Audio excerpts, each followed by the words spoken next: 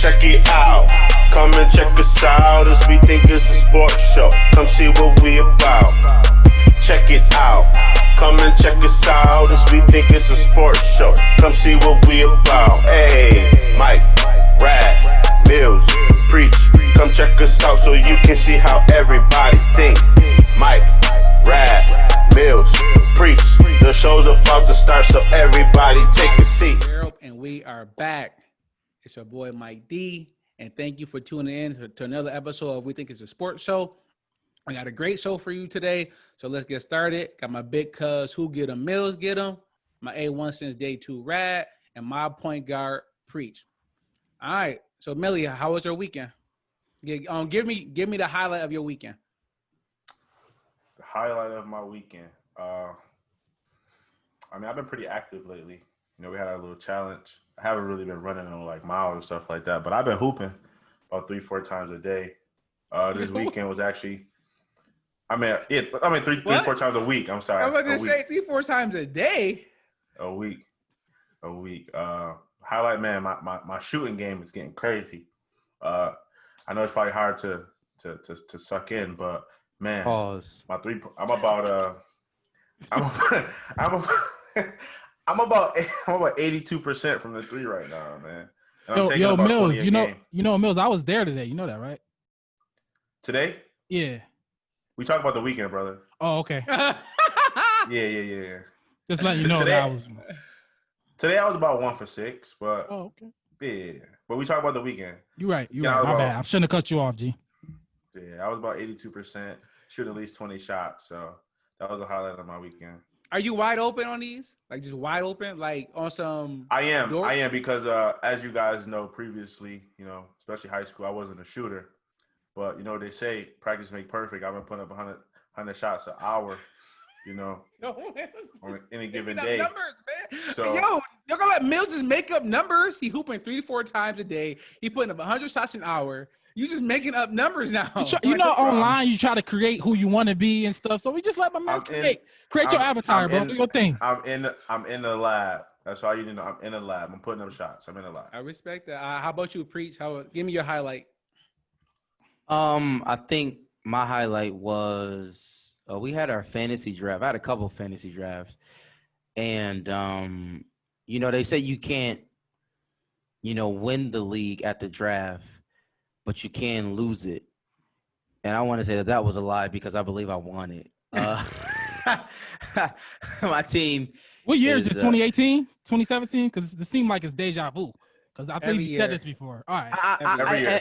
And I may have said it every year, but the reality is, this year, it's my year. That's just a fact. And in every league that I've drafted, at the end, I think Yahoo has said win on all my leagues, on all my teams. So, that I had a good time being with the fellas, and it was good. All right, we did this exercise before, but let's do it again.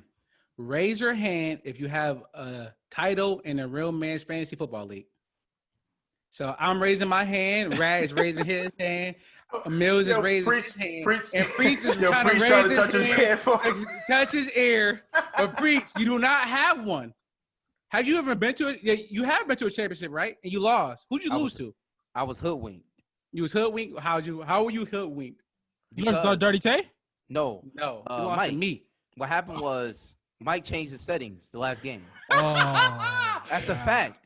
That's not a fact. That was a fact. Derek Carr broke his leg. If Derek Carr don't break his leg, Priest probably beat me. But Mike changed the settings, and that's how I lost. But that's neither here nor there. But I did come back for the draft. Well, I came back to see family. As Mills know, we got a lot of issues, personal stuff going on with the fam. So it was good to see my mom, my grandma. Like I took a COVID test before I went back. I was negative, so I was able to hug my grandma, hug my mom, see my sister, my dad, see all y'all boys. I was at the draft with the mask on and everything. But the highlight of my weekend didn't even really involve me. It actually involved Preach. So on this show we preach Black boy joy and Black men having emotions and everything, and telling us how you feel.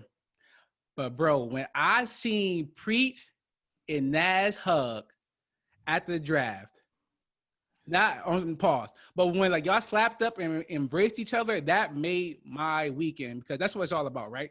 Preach haven't, and we talk about Nas a lot on the pod, but Preach haven't seen Nas probably since 2011. No, the Travis Porter joint. But we all got that picture. That's crazy. That probably was the last time you seen Nas. So it's been about 9 years.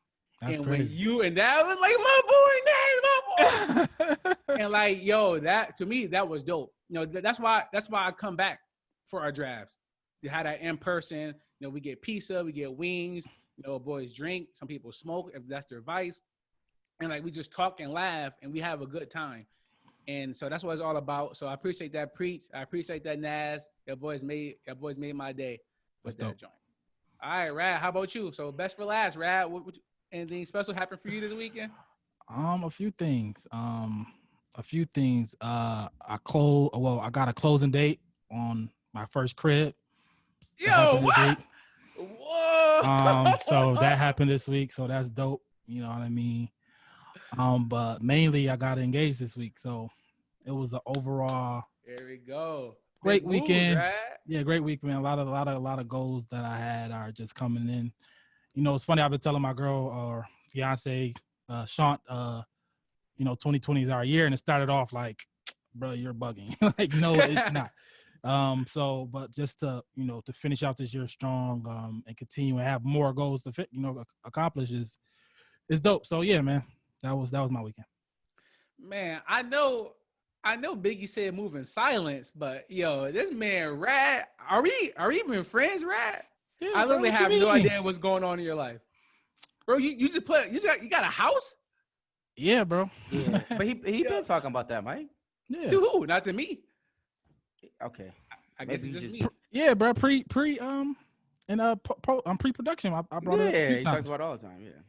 That's probably when I was getting changed. You know, I got thrown in the drip. Shout out to Michigan, go Blue. Started school today. Raw.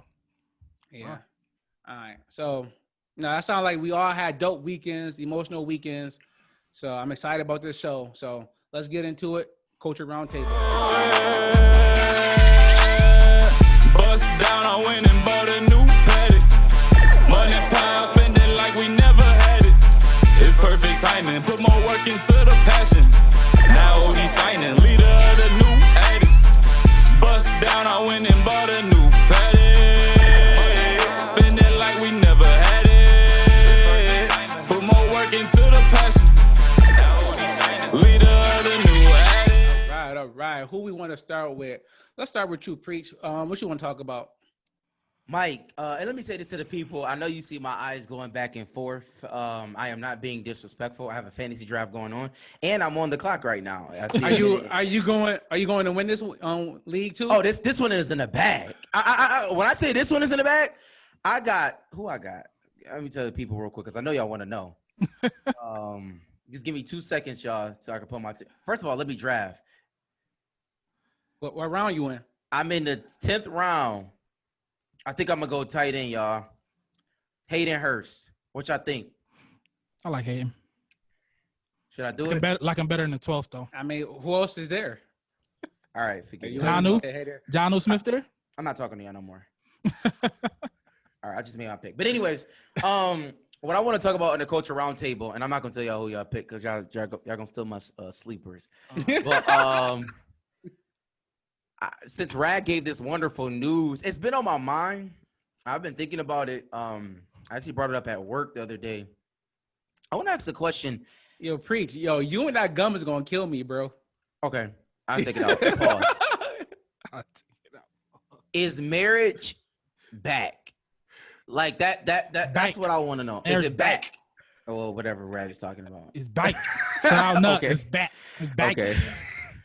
Whatever that means. But is marriage back? And I want to ask this because for a while it seemed like marriage was outdated, so to speak. That was the kind of narrative, especially around millennials, so to speak. people just wasn't getting married. Like that would be a common thing. Like, nah, I'm not getting married. I'm gonna just stay with my girl. You know what I'm saying? We're gonna rock out, so on and so forth. And it just seems like to me, I don't know if I'm getting older and just the people around me are getting married, because I'm not necessarily oblivious to marriage. Like, I see marriage all the time. I'm in the church, you know what I mean? It happens often, at least in my life. But Mills just got married last year. We was in his wedding. Rad just proposed. He's getting married. Our other friend Bags, he got married last year. Rico, he got married. You know what I'm saying? It is happening more frequently. So I just want to ask you guys, is it back? I know obviously y'all two, one is married, one is getting married. But is it back? Like, is it in our consciousness? Is it okay to get married? Is that, I don't want to use the word, is it trendy? But like, is that the move now? Might be the know word. What I'm saying? Go ahead, Mills. You married. Anything that deals with marriage, you always go first. Okay. Is it back? I really don't think it left. I think, as you said, we got older. When you get older, you get to that point where it's time. You think, hey man, it's time to settle down. I'm ready to build a family. Or if you already got, children, stuff like that, I want to keep my family together, type of thing. And I think once you get older, you think about it more. You see it more because you're more connected to those people. Your focus isn't really, on video games or, on school. Because, when you're younger, you go to school, you go home, you clean your room, you do your chores, whatever, everything like that. But once you get older, you get a good eyesight to the community and other people around you. One thing I noticed though is, the world is turning upside down. A lot of people are losing their lives. A lot of people are getting disconnected from, their family, their friends. It's a lot of talk about how Black men don't take ownership of, responsibilities and stuff like that.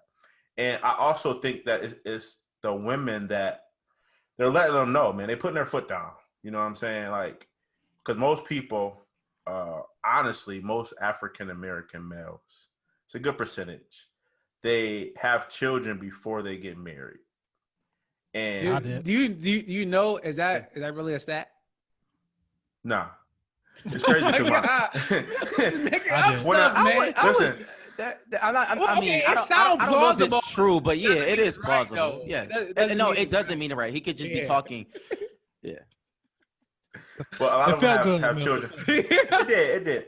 A lot of them have kids before they get married. And, like I said, a lot of lives are getting taken. And I think a lot of people are trying to keep that structure, that family structure. So I honestly think this is just the beginning. And the better question is how high or how much of a rise is marriage going to make? Because I think it's going to be at an all-time high, coming up soon. There's been a lot of engagements in 2020. 2020 hasn't started that great, but hopefully we can finish with a bang, finish with some goals like Rad, achieve our goals and just do what we got to do. But marriage is a beautiful thing. If you don't know about it, try it. Nah, if you don't know about marriage, I do not advise you to try it. I need you to go learn about it first. All right, Rad, you are now engaged, so you go second. Do I think it's back? I'm gonna say no. I think it I don't. The issue is that social media tricks you a lot of times, oftentimes, because you see 10 of the 1,000 people you follow getting married getting proposed the same year. You think that's like the normal thing, whereas like most of, like, even our friend group, we named 4 out of 20. You know what I mean? So percentages on our friend group says no. You know what I'm saying? And so I don't think it's back. I think marriage has I don't know, it's a stigma towards it, or divorce rate is high in the Black community. It got it's a lot of things going on in the Black community where I know marriage, the Black man is gone, far as maybe prison or just a loss, just a lot of things where the Black family has been broken up. You know what I mean? From the government, far as the government things, far as mass incarceration, government you know, war on drugs. war on drugs. The thing was it Lyndon B. Johnson had something. I don't want to get all into it, but so to be honest with you, I'm reading the new Jim Crow, so I'm ready to go. now I hear you. No, it's a lot of things is working against marriage right now. I think people who seen marriage are probably getting married, or people who probably the average person, black person. I mean, guy is not getting married right now. I don't think. I think it's not coming back. I think the people who's gonna get married. I don't think it's coming back per se. I don't know that. I'll try my best answering the question. Sorry. You was hemming and hawing. It's fine. Yeah, well, it's tough, right? Because I'm numbers driven. So when you ask this question, I try to Google like the marriage rate to see if they raise, it increased or decreased, and I couldn't find much. So is it back? I would say, and I'm sure we're speaking just to the black community. Is it back? I would say I don't. Oh, just in general. Here's the thing, and when I say back, let me define it a little bit better so you can answer it this way. What I'm saying is it was a negative connotation next to marriage, right? It kind of was like people just throw things, it's just a government, it's just it's just for the government, you know what I'm saying? Like just a little like those things. I'm just asking, as far as the consciousness, is it around it, like is marriage, like is it okay to marry now? Okay, like, from that standpoint, yeah, I agree with you, Preach. Okay. I don't know if it was maybe Barack and Michelle, because like my older cousins, they were all about, I ain't never getting married. I ain't getting married. Some of our friends say that now. Like, wait, some of our friends do say that. You're right. Say that right now. I think it is cool, or it's okay to be married, right? Well, no, from our friend group, we take marriage serious to the point where if we about to do something and like Mills would be like, yo, what boys about to get into? We'd be like, Mills, go home. Like, go home to your wife, bro. Like, you good. Like, you don't got to hang out. So I think from that standpoint, we don't encourage our married men to to act single. We say, if you married, be married. So from that standpoint, I think our generation, I think we do maybe take marriage a little bit more serious than our generations before. But like Mills, I don't have stats to even back that up. I'm just going on my feeling. So from that standpoint, the stigma of it, I think you are right. I think because we've seen Barack and Michelle, Jay-Z and Beyonce, Will and Jada beforehand. Like the coolest people to us were married. And I think that made it okay to go find your Michelle, go find your Jada. And I think a lot of people were doing that. And so I think it's marriage, the stigma is gone. I think I could be like what I said about don't believe what social media tells you, and you might think it's going crazy, but you also get the feeling is it for social media, is people doing, is it trendy? You often think that, you often feel like it's something trendy, you often feel like it's something, but you don't want to discourage marriage. It's a good thing, it's a positive thing. You should be, if you found somebody, you should want to marry them. So it's probably a little truth to both, you know what I mean? So it is what it is. I hope it get better, Well, what you think, Preach? I think there is the negative stigma on it is being removed. And I think it's a lot of factors that played into it. I think religion played into it a lot too. You know what I'm saying? I think the idea of people turning away from religion and turning away from the church kind of turned them away from marriage as well. Because generally, I can't speak for everybody, but I know this for a fact. I mean, it's research, books, and the whole nine, that the black church was the epicenter of the black community. And the one thing that you would see in a black church is black families, right? You would see a black family come to church, mother, father, kids, so on and so forth. Grandma. Yeah, the whole nine. And I believe that the turning away from it kind of put marriage in a bad light. Like, you know what I'm saying? But I think it is coming back to a certain degree. And I think it is trendy, right? We see these things on Twitter, people's, wedding party, right? Like people want to have it, like, you know what I mean? They're thinking now, like, I want this. And they all, and most women probably always have, But just like even like and it's not marriage, but I'm saying like gender reveals and things of that. Like those things are of recent, you know what I mean, as of late, and that is trendy, right? Like a huge baby shower, like oh my God, they did like those things are trending. I think marriage can be trendy, and people learn fast. I'm sure that just because you want something trendy, that doesn't mean you should have. You know what I'm saying? Like it's a whole big thing. And you're right, Mike. We do take marriage seriously. So I do think it is coming back in our consciousness. Like people are saying, you know, let's take that next step, right? Right. And I don't want to use words that we used to use, but people are moving forward and getting married. I believe. I don't have those statistics, but for me, I think I don't want to say something wrong, but I don't think marriage should be like the goal. It should be like, you know what I mean? Marriage should be a side effect of something bigger. You know what I'm saying? I think people are using marriage as the goal. Like, I just want to get married. No, you should, you know what I mean? Like that should be like, if you find somebody that you love and want to be with the rest of your life, that's going to happen. But the goal should be much bigger than that. For me, the goal is much bigger. Like for me, I know, maybe I should be more excited or more, you know, but for me, it's like, I got the plan, you know, for my family is so much bigger than just being married, you know? So, you know, it's just a side effect. It's just a result of a ultimate aim that I'm going towards, you know what I mean? So that's how I take it. Yeah, no, yeah, I like this question, Preach. It makes you think, right? But one thing I'm curious about to see what y'all think about is one thing that's on a decline, and that's godparents. Because I don't do people still have christenings and godparents and like they used to? Because I had like 7 godparents. I don't know, is that still a thing, or did that? Yeah, that's a thing. Well, you don't have children. So The issue, no. Nobody asked me to be a godparent. I'm a great friend.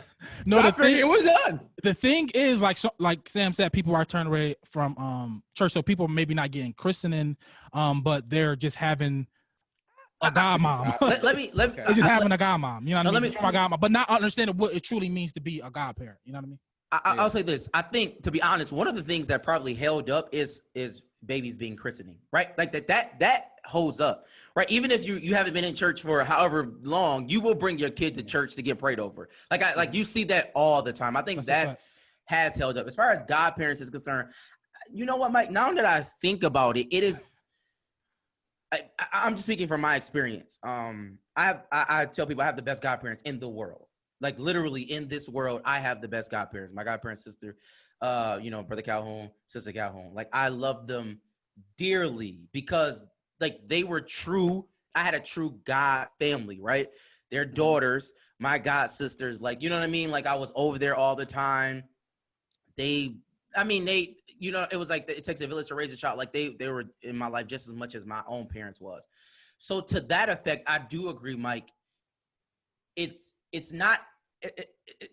The weight is not on it anymore, right? Mm-hmm. I think over time, I think that's what happened to marriage and a lot of things. Like the weight is just, it wasn't on it. It wasn't as serious. People didn't take it. It was just something to do. It was just you asked your best friend to be a godparent, but you would never leave your If you die, the kids is not going to them. That's the thing. Like the seriousness of it is that like you're picking people. If something happens to you, no matter your family, no matter your brother, your sister, these are the people you're saying, if something happens to me, I need you. I'm asking you. I want you to take care of my child.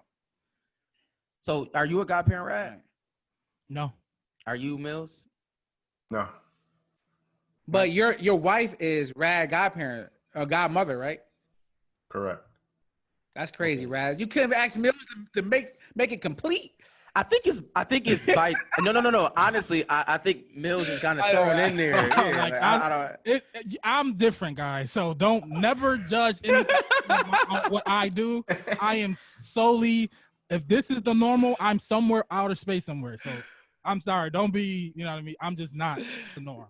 Sorry. That's funny.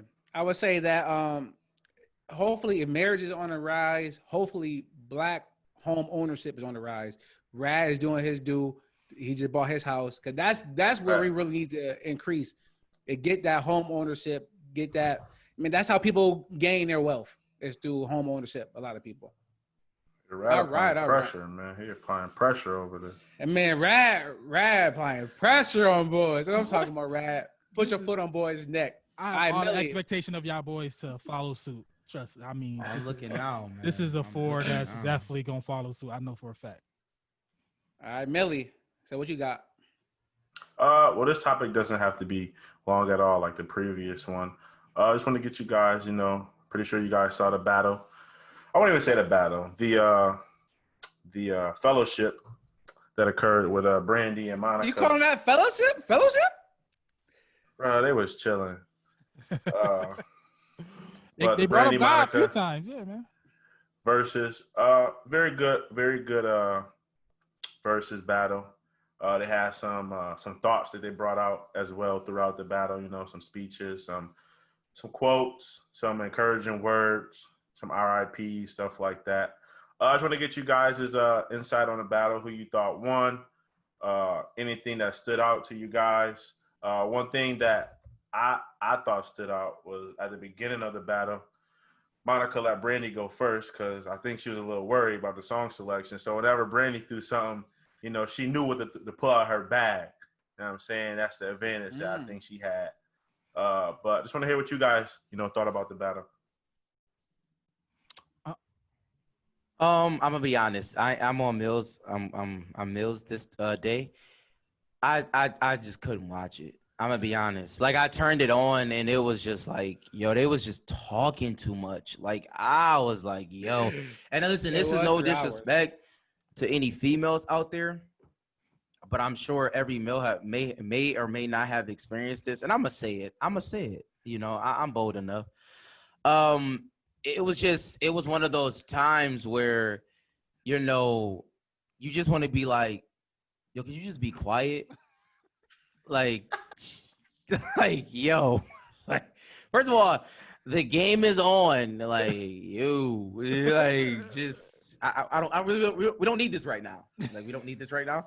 And I really felt that way. So, like, I couldn't get into the songs. I was just like, it was just too much going on. I'm gonna be honest. But that's just to be I heard honest, Brandy won though. Not to Mills. To be honest, my wife was kind of like that. Like I was talking to her about the battle, and I'm like, yo, because honestly, be quiet. me, Rad, Wow. me, Rad, Put your and foot down, another one of my friends, we were actually playing Madden while listening to the verses, and I was vibing to a couple of songs, but I wasn't really in tune with the music. Like I guess it's different for females because they can relate a little better. Because my wife said she loved the verses and she put loved in capital letters, and I think she put like multiple E's and V's and O's to make the word stretch. And I'm like, yo, what were you watching? Like they was just sitting there playing their music and they was just chilling, and talking a lot, bro. And I couldn't get into it either. I honestly fell asleep. But that's besides the fact. Oh my God. Y'all noticed the highest rated verses? They had 1.2 on Bro, there. they had 1.1 in 2 minutes. Yeah, the woman Y'all gotta put came some out. respect. Y'all gotta put some Yeah, respect, man. the woman came out to watch it, but I'm just being honest. It was boring. And it was just like, I'm telling you, it really was one of those times. It was like, listen, cut the plug on this joint, bro. Oh, And the people Oh. and the people said they ain't look good either. They wardrobe choices was terrible. Brandy looked like she was everybody on was Moesha. saying Monica was looking Right. fire. Until they zoomed in and her clothes was loose. Mike, put the clip in right there. Her clothes was loose. Everything looked fitted until they zoomed into the pic. And everything That's was loose, crazy. bro. Y'all critiquing these young black queen. No, these black queens too Black much. queen. Y'all critique. But for me, I thought it was dope. I thought Brandy won. I was good to see them together.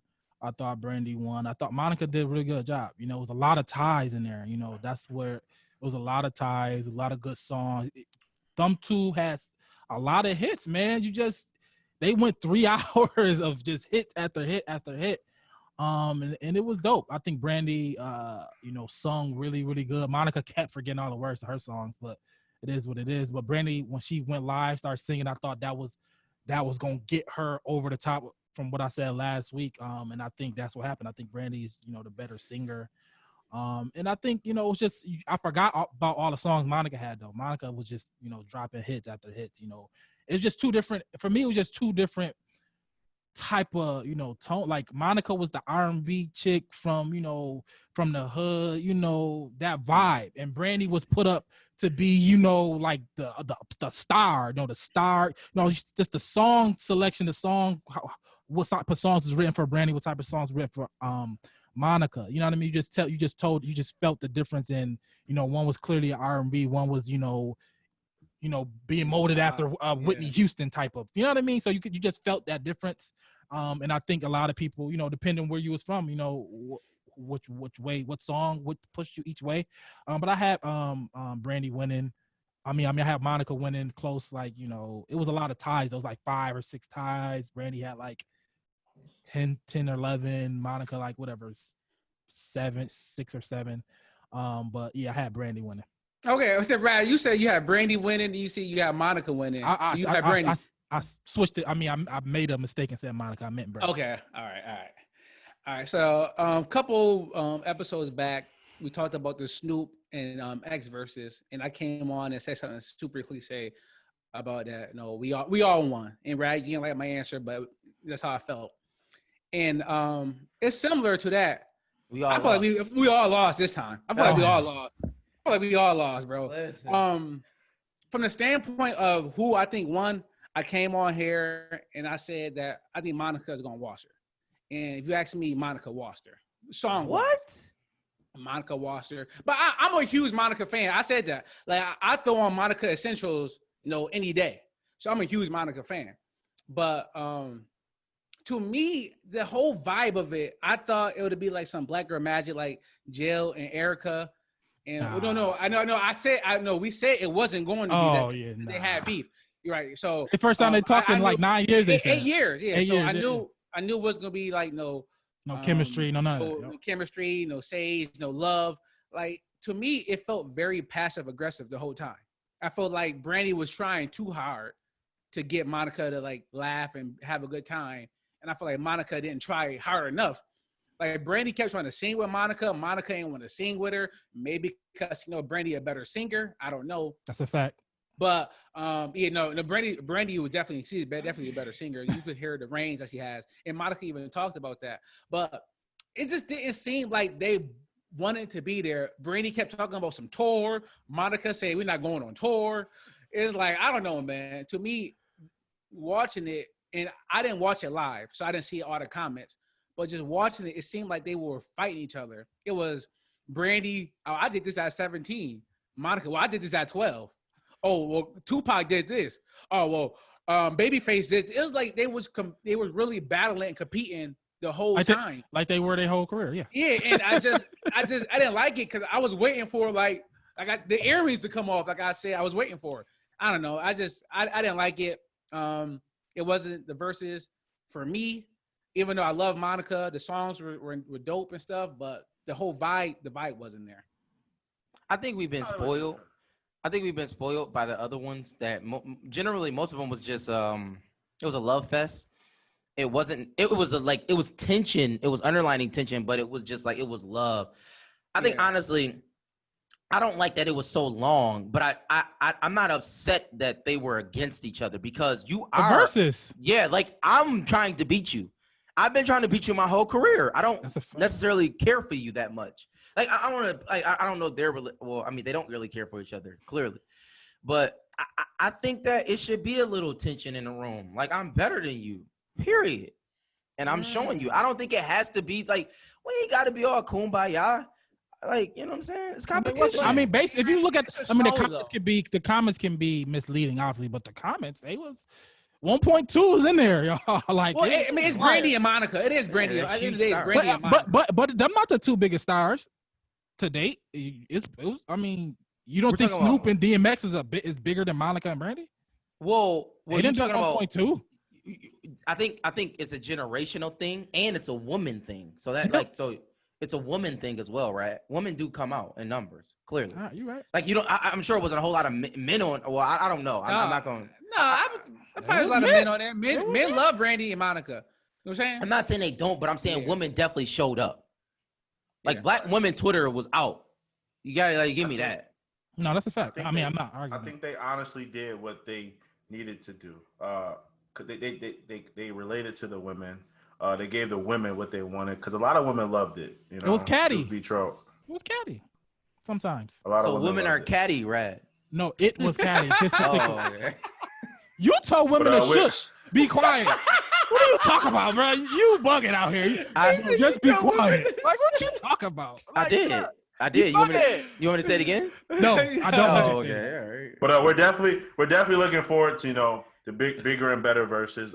We do appreciate it. Just keep. Yeah, I 1.2. know bigger. I don't say bigger. 1.2. That's a lot. That's a That's lot. a lot. I It think was, it was in the Ashanti. first 2 minutes. Man, First Hov two and Ashanti- Nas. Let Hov Yeah, watch that's him. not Yeah, I mean, that's a Hov will loss. watch That's a him. loss. Yeah. I think Ashanti and Keisha Cole is next. Oh God, help Is that a us. fact? That they say Keisha Cole accepted it or Ashanti accepted it. Oh, A lot pray of for us, screaming, Lord. bro. They sing live. A lot Yo, of that screaming. that's going to be a lot of heartbreak right there. A lot of screaming. I don't see how that's a good matchup, but all right. Ashanti got Yeah. huge records, like huge records. But it's what it is. Okay, Man, it's gonna be a lot of Ja Rule.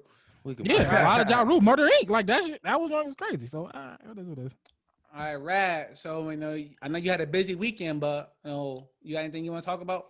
Oh yeah, man. Over the last few days, we lost 3 strong Black Kings, man. They transitioned. John Thompson, coach of Georgetown, former NBA player, Hall of Famer. Chadwick Being Boseman, champion. NBA champion, NCAA champion, coach as a coach. One of the better college coaches of all time. Chadwick Boseman, he played Thurgood Marshall, he played James Brown, he played Jackie Robinson, and his most famous for Black Panther. Our Black Panther, he brought it to screen. Wakanda Forever. Zip dog, guys. Zip dog. Raw, So raw, the drip raw. from my guy. It was one of the best exciting movies I ever was a part of. It was like flawless. You was in it? It was flawless. No, the experience to see that. I mean, I might as well be. My man, I might as Rad was in well the be. You know what I'm background. saying? I might as well be, man. And last but not No, least, Lil Rel wasn't in it. last but not least, a local star, all-star, Cliff Robinson. He's from Buffalo. Cliff. Yeah, we lost Cliff to the transition. So just what y'all, what y'all experienced with watching them, what y'all thoughts on what type of impact, if any, they had on your lives or anything like that. So you can take the floor. I'll be quick. John Thompson, shouts out to him and the movement that he led. Definitely a pillar as far as Black coaches is concerned. I mean, just to hear the NBA players talk about him, you know what I'm saying, how he was a father figure to so many, and he encouraged people to get their education. I think a prime example, Patrick Ewing coming back to play his last year at Georgetown when he was literally the best player in the world. Yeah. Like NBA included, he was the best player in the world. I think that says a lot, you know what I'm saying, from his standpoint. So shouts out to him. I don't like how they did his son, but that's neither here nor there. As far as Chadwick Boseman, I think the last movie I seen was 21 Bridges of him. Good movie, right? You know what I'm saying? Like, I thought it was a good movie. You know what I'm saying? I think one of the best things that happened to him was Black Panther, and he was able to get his flowers while he was living. Yeah. To me, that the love for him and that role, and you know what I mean, just the whole community, you know what I mean, galvanizing around him and the movie and just the whole cast. I think it was important for him to see that, and shouts out to him. And I want to say this to all the men out there. I was just talking to my uncle, my pastor. He was just telling me that my grandfather died from colon cancer. And I know that, they tell us to wait till we're 50 to get a colonoscopy, but just to any of y'all, we need to get checked out. We need to go to the doctor. Like, it's very important, even him telling me, like, I have a family history of it. You know what I'm saying? I didn't even know. Obviously I knew my grandfather died before I was born. So he just died. But knowing that he died from colon cancer is just like, it was alarming. It's like, man, so I just want to let everybody know, go to the 43. doctor. He was 43. Yeah, go to the doctor, get checked out. Please, please, please. And shouts out to Cliff Robinson, man. You know what I mean? Buffalo, as far as popularity, we don't have a lot of high spots. You know what I'm saying? As far as mainstream people, but shouts out to Cliff. He definitely came back and you know, did what he could, you know, in certain circles. But shouts out to Cliff, man, for real.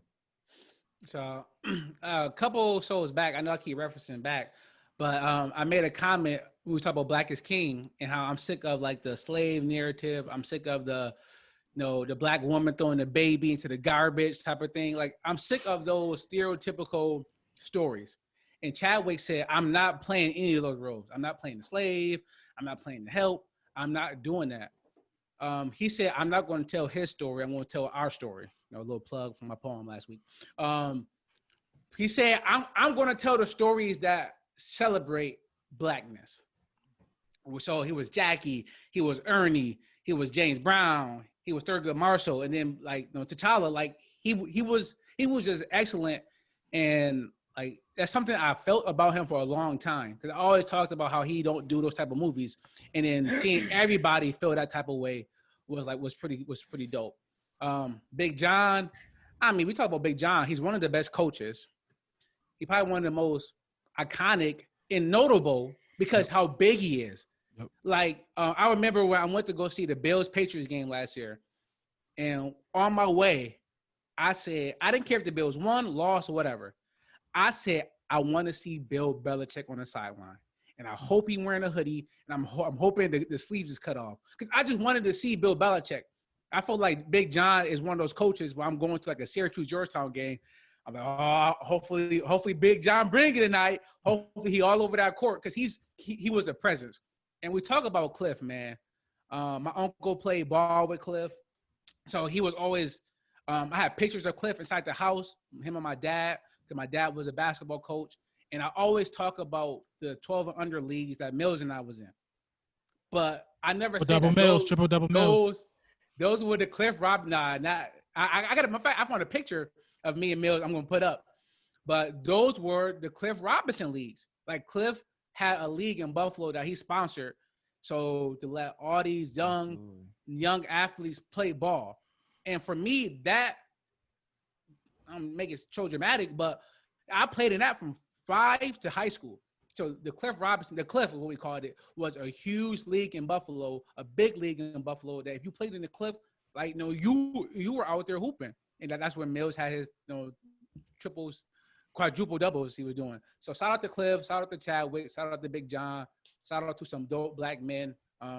It sucks that we lost them, but I feel like the NBA did a great job by, you know, giving them their flowers and their respect that they deserve.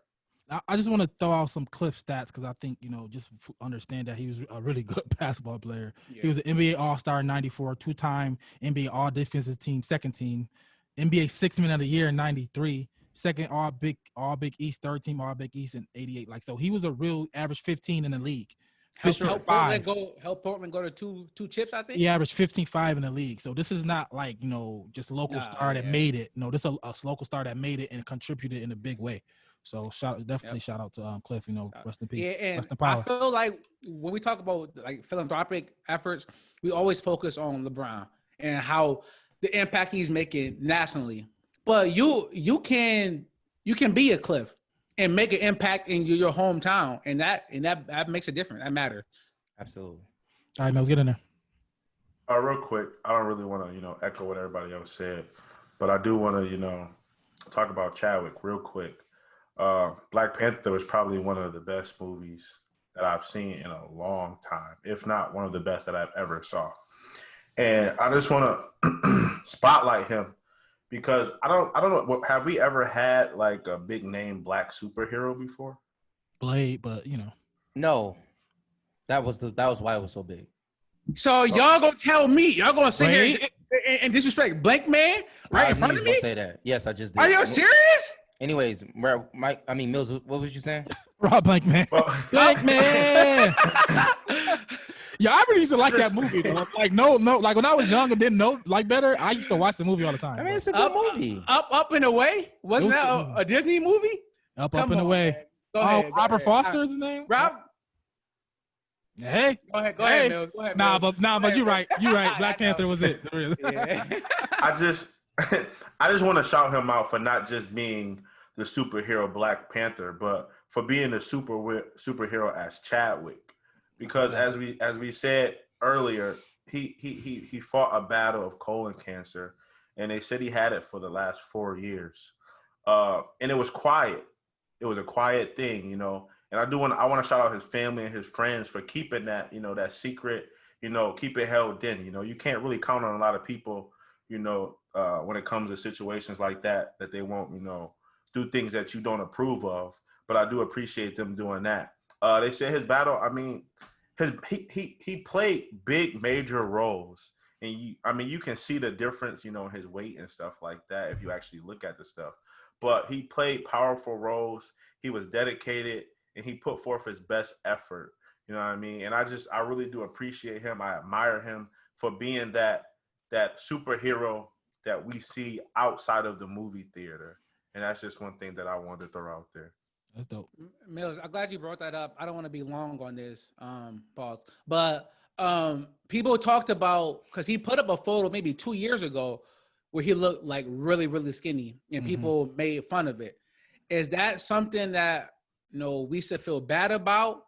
Or is it like, well, we didn't know? And just know that's in the Black community, that's what we do, right? We rib on people. So if you put something out there that's not perfect, it's a great chance Black Twitter is going to get a hold of it and make fun of it. Is that something that we should be more cognizant about? Or is it like, well, we didn't know? If we knew, obviously, we wouldn't have done that. Well, one thing that a lot of people don't do is they don't think about other people's feelings. I think we had that conversation before too. You know, sometimes, you know, you may see things different than other people, but you don't know what people are going through. So you got to be, you know, precautious of the words you use, the things you throw out there. Like, don't get me wrong, I love memes. They are great. But sometimes people just take it too far. So you gotta think about that individual sometimes. You echo that? I mean, I don't know. It's a cultural thing. You know, some people make fun of people after they pass. You know what I mean? So, you know, I don't, you know, you can't, if you don't, you know, people you don't know, you ignorant to things you don't know. I think you should, like I do kind of echo, if you want to have some type of sensitivity to some things, but some things you know, you're gonna have fun with and play with it. If you having fun and being playful and not try to come from a nasty, demeaning, like the side of it, you know, it is what it is, I think, you know. Yeah, I agree. All right. So, but like I said, the NBA did a great job honoring, you know, Chadwick and Cliff this past weekend. It was great to see that. But for a second there, I didn't think that, you know, we were going to see any more basketball because, you know, it was a shooting in Wisconsin, and like the next day, the Bucks were supposed to play, and they said, nope, we're not taking the court. So them and Orlando decided to boycott their game, and then all the other teams followed suit. And then even like the Lakers and Clippers, I think they said they voted to just end the season and leave the bubble. So, but it was a Zoom call that happened. So it sounded like some drama happened on the Zoom call. I'm sure we talk about that. But they decided to continue the season, and now we are back. So, Preach, I want to come to you first because I heard you talking about this at the draft, and you made some good points. But what do you think the NBA should have done? Do you think they should have boycotted and ended the season? Do you think they should have done what they did, boycott, you know, a game or two, and then come back? Or do you think they should have just kept playing ball and just, you know, use their playing as a message, you know, to talk about social justice issues? Well, to say this real quickly, it was a Zoom call, and also it was a players meeting, right? Okay. So it was about 250 players in one room meeting, you know, about whether they should play or not. But let me say this: I reserve the right. Let me say this real quickly, just as a disclaimer. If you could do whatever you want to do when you protest, right? I'm not telling you what to do, but from my vantage point, that's why players, especially in the NBA, they have God-given ability, right, to play this one sport at a high level, right? That not to say that that's all that they do, but that is something that they do better than Everybody else. millions Everybody else, of other people in everybody the world. Like let's be clear, because if we could, we would all, not all, but most of us would play in the NBA. So with that being said, like I'm a firm believer. If you do this better than everybody, then do it, because that's what makes you you. It's not to say it makes you all you, but it makes you you. So do that. And for me, you can walk and chew gum at the same time. Like you can protest and also you can play basketball. So I think that they did the right thing. And I think we see that all black basketball players are not a monolith, right? Some black players didn't want to play, but majority, as from reports say, majority wanted to play. Right. And so they're doing it. They're playing right now. And you can also get a message across and play at the same time. So that's my take on it. How about you, Rat? It's interesting because they had to discuss this discussion before they start playing. The NFL did, the NBA did a lot of things to bring awareness to this plight. They was, the coaches association is doing a lot of things as well. Now can you do more? I guess it's always a place for you to do more. So would I've stopped playing? No, I wouldn't have stopped playing, but this where I'm at. I think because they did stop, I think they should have just continued to stop. I didn't like the 2 games, because the 2 games, where we at now? You know what I mean?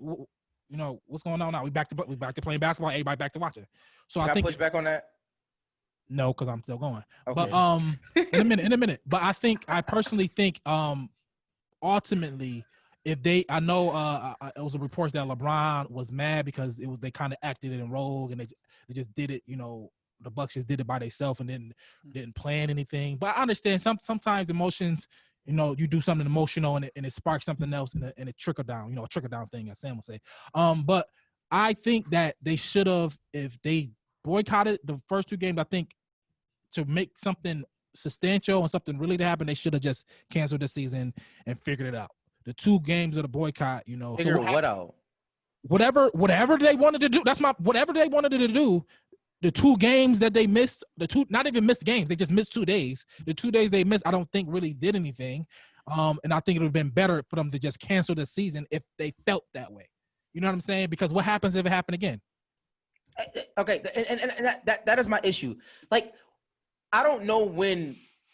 Granted, basketball players can protest. You can do whatever you want. I'm more power to you, and I'm with you. But like, who is calling on basketball players to like change the world? Like, that is not their responsibility. It is individual by individual. Yes, you have a platform, and you should use that platform if you so choose to. Like, and I'm sure they and some of them are really doing it. But like, at the end of the day, I don't understand why it's like, oh my God, y'all gonna solve all the world's problems in one day. It's not going to happen. And stop playing and not playing basketball is like, what is that? My point is this. Prime example, 1968 Olympics, right? Two black people, I want to get their names right. Tommy Smith and John Carlos raised their fists, right? Mm-hmm. And to this day, that is talked about, right? Like that was a pivotal moment in sports. Marvin Gaye with the Stars Spangled Banner and the way that to this day that is talked about. Nobody stopped playing, but they did. And another person, we're going to talk about it, Colin Kaepernick. Even to this day, we still talk about that. They didn't stop playing, but he stood up for something, and even to this day, I mean, that's a whole movement. Right. So my point is this: do what you do at a high level and also protest at the same time. Right. I got pushed back to that, but I'm gonna let Mills go before I respond. No. Let me push back. Okay, I do want to push back. Not that I disagree with you, Preach, but just to play devil's advocate, right? Because you bring up the stuff that they did, and I don't like talking about this because, like I said, it's not on sports to fix humanity. But you talk about the Olympics, you talked about Colin Kaepernick. We could talk about whoever you want to talk about that did what they did while they were playing, and somebody would say, well, what did I get them?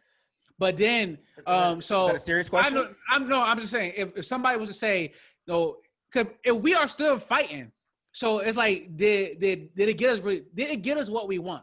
Yes. So if the NBA players, well, hold on, let me finish. Please, okay. I can't get my point if you're gonna stop me. But if I'm LeBron James or somebody that Kyrie Irving that wanted to stop, say, okay, they raised their fist at the Olympics, mass incarceration and everything, the war on drugs, that still happened. Kaepernick was blackballed out the league. If they escalate and say, okay, how about we just completely stop playing there? And now what? Because if they say demonstrations aren't working, then maybe we could stop playing. If they had that mindset. This is my Mills. Do you want to go? You want to add something before we just? Good. Yeah. Flow. But this is what I want to push back is, which I think is possible potentially. I don't know. We'll see. So what it is that you stop playing, money flow. Stop playing. Right. It's follow the money. It's a money thing. It's not literally you as a player you're trying to change the world. No, you're a person. You're a person trying to change the world. You happen to have a platform and happen to be the NBA. So it's not just you thinking. I understand you saying sports and athletes shouldn't be the ones to change the world, but people should, right? Everybody's a person, no matter what you do in life. So what I'm saying is like, so if you stop playing, money start flowing to these billionaire owners, right? And billionaire owners have connections everywhere. They know lobbyists, they know all these things, right? So you saying, yo, we're not going to play till y'all do what y'all do. Say if y'all wanted y'all taxes to be done, if y'all wanted the lobbyists for Trump to get taxes, whatever the heck y'all usually do when y'all want a tax break, use that same power you got and change another law. How about that? You know what I mean? So that's possible. All these billionaire owners in football, if all the owners in Robert Kraft and Trump are super tight. Let me say all the owners in NBA, NFL that stop playing and go become a lobbyist group up there in the White House and wherever they got to be at, you don't think they're gonna have some effect on that? Have a change, a law? Like what do you mean? That's that's billions of dollars, bro. That's a huge thing. That's possible. No. Okay, and not only no. Let me say this. First of all, this is the issue with the NBA stopping. They don't even know what's going on, and I'm not talking about like maybe somebody on an individual level, but just as a collective. If you listen to D-Ray McKesson, right? I know D-Ray. I was just doing a bit of research on it. I was listening to him, did my own research. The reality is most of the issues are at a local level. So what y'all talking about at a federal level, it's like a mere bag of shells. Donald Trump. If a cop do that, it could be made into a hate crime. Okay, but we're talking about something in Wisconsin, and then we're talking about something in Buffalo, and then we're talking we have government for that reason, and that's at a local level. So my point is, what the Milwaukee Bucks did was significant because it was something that happened in their territory. So they decided amongst themselves that we're not going to play in protest of what happened in our area. Now, if y'all want to come in and do it, then that's fine with y'all. But my point is this. If it's on a local level, then the NBA players need to go back in their local communities and you fix what you can in your local community. And Rad, what you're saying, stopping basketball, and then they're not going to get played, right? The NBA players are not going to get paid. That's a fact, but that's the sacrifice. Wait. The NBA players are going to pay it? Yeah. And then the people who work 9 to 5s in the stadium, in the arenas are not going to get paid, right? Yeah. Okay, so they're not going to get paid. Okay, so that's no food for them, all right? That's no food for their kids, okay? All right, you got that? Yeah. They're going to lose their houses. You got that? No, you're being extreme. Yeah, it's super extreme. How am I being extreme? Preach. Because here's the issue. No, let me explain. Let me explain my point. The Montgomery bus boycott. Nobody stopped working. They did not stop working.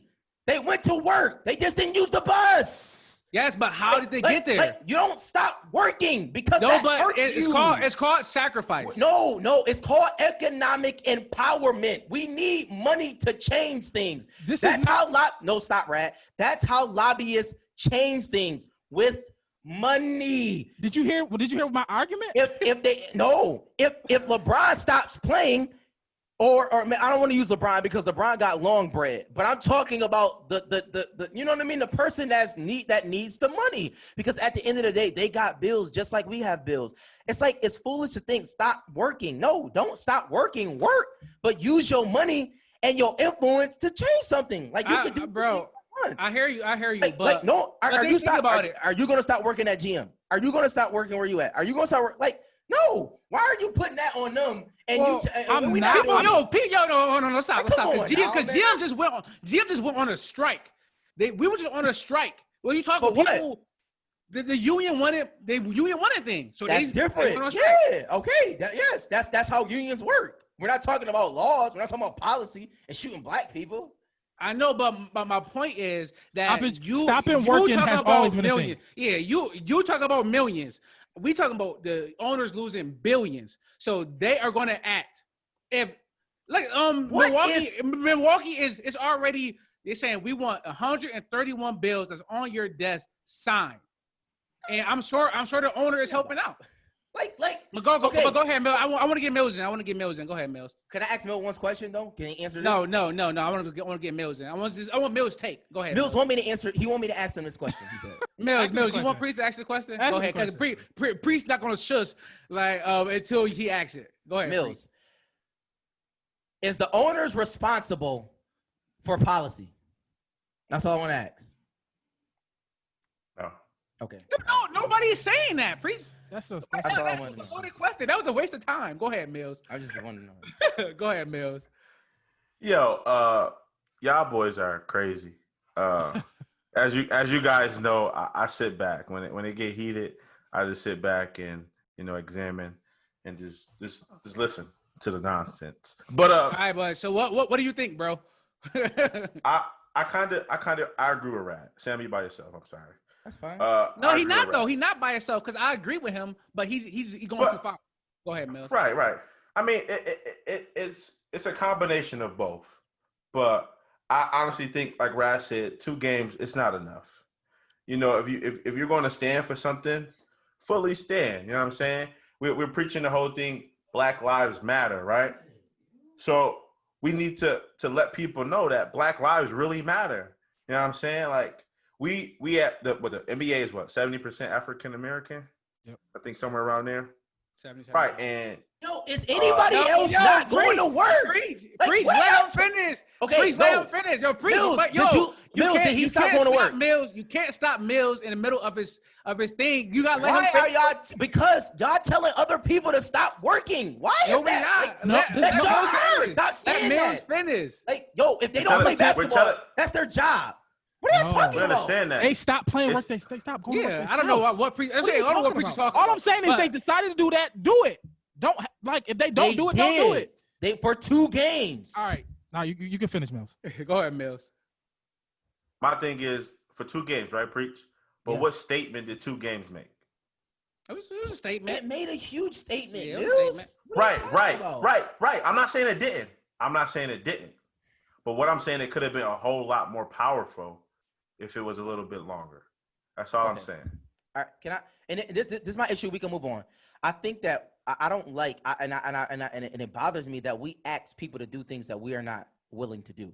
And I think but no. Hear me. But y'all saying is that what y'all saying is that it could be that. Yes, it could be. If every black person stopped going to work, it could be even bigger than that. So let's all stop going to work. Let's all stop going to work. Until that point, stop telling other people to stop going to work. Like that just bothers me, man. For one, I didn't say that. I said I don't know why. I said they. I think it would have been they stopped going. And I said yes, they did. Yes, but they did it on their own. Nobody talked. Yes. When it came out the news, I was like, what? Why would they? I didn't understand it. Yes. Yes, I didn't. I'm not for them not playing. I think I would have continued playing. But the fact that they did opens the door of now what's possible. Now the fact that they stopped playing. Now let's talk. Now how can we be most effective now? Yes. The fact that y'all made that stand. Now let's see it. Let's see it. Thank you. Play it. smoother out. Not So, just no. So play basketball and figure out a plan. That's what you do. That's what they were doing. They started Yes, the bubble that's what doing that. So why would you stop in the middle of? Y'all already did that. So why would you stop in the middle? Y'all already did that. That the Black Lives Matter No. stuff on the back of the jersey, the Black Lives Matter on the court. What? They already did all the things that they said. The issue is, I guess, the issue is it was one team who forfeited again. The Milwaukee Bucks said, "We are going." First of all, it was disrespectful. They said, we will forfeit this game in protest because, one, the Orlando Magic is really bad, and we're going to beat them the next game. That's number one. Number two, something happened in their area, in their neighborhood, and they said, let's take a stand for this game. Now, it just so happens that the league wanted to be in solidarity, and if you listen to the reports, Doc Rivers said it, Chris Paul said it, that we need a break. See, the issue is we all think that everybody stopped in protest for him being shot. Not so. What people were saying was this situation is a lot, coupled with me not being with my family, coupled with this event happening, it's a lot, and we need a day or two to just get our minds right. It was really a 2-day sabbatical. Now it just was coupled with the Milwaukee Bucks protest. That's a fact. Those are facts. You can see. You can look at the press. Did the Lakers and Clippers not vote to end the season? Okay, but you're talking about something separate now. That's a separate issue. It's a break. That's a separate issue. All right. So I would say that I disagree with Rad and Mills on that the boycott wasn't effective. To me, I thought it was super powerful. Absolutely. Regardless if it was 2 days, if they should have stopped it the whole time or not. The fact that they stopped, and that was what people talked about for a full day, 2 days. Like I thought it was over. I'm like, oh, this season is done. But I thought it brought crazy attention.